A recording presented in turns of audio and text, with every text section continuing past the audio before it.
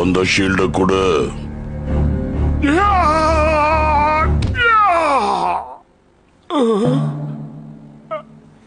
சும்மா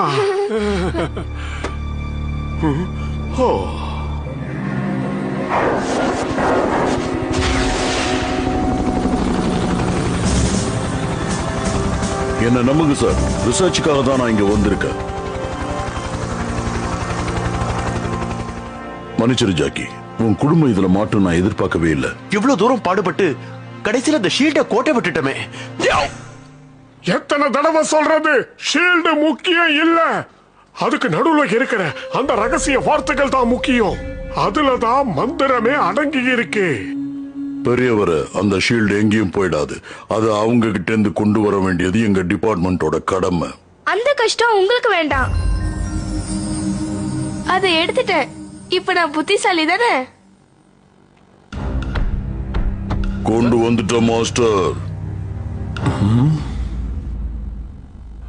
பீமா, என்ன மாஸ்டர்? இன்னொரு விஷயம், இந்த அச்ச நல்லா பாருங்க. சைனீஸ் ராசி பலன்ல வர ஏதோ ஒரு சின்ன மாதிரியே இருக்கு. இந்த மாதிரி இன்னும் 11 குறிப்புகள் இதுல இருக்கு. அப்போ அடுத்து டார்க் ஹேண்ட் குரூப் அங்க போறதுக்கு முன்னாடி நாம போகணும். நீயும் வரல ஜாக்கி? கண்டிப்பா.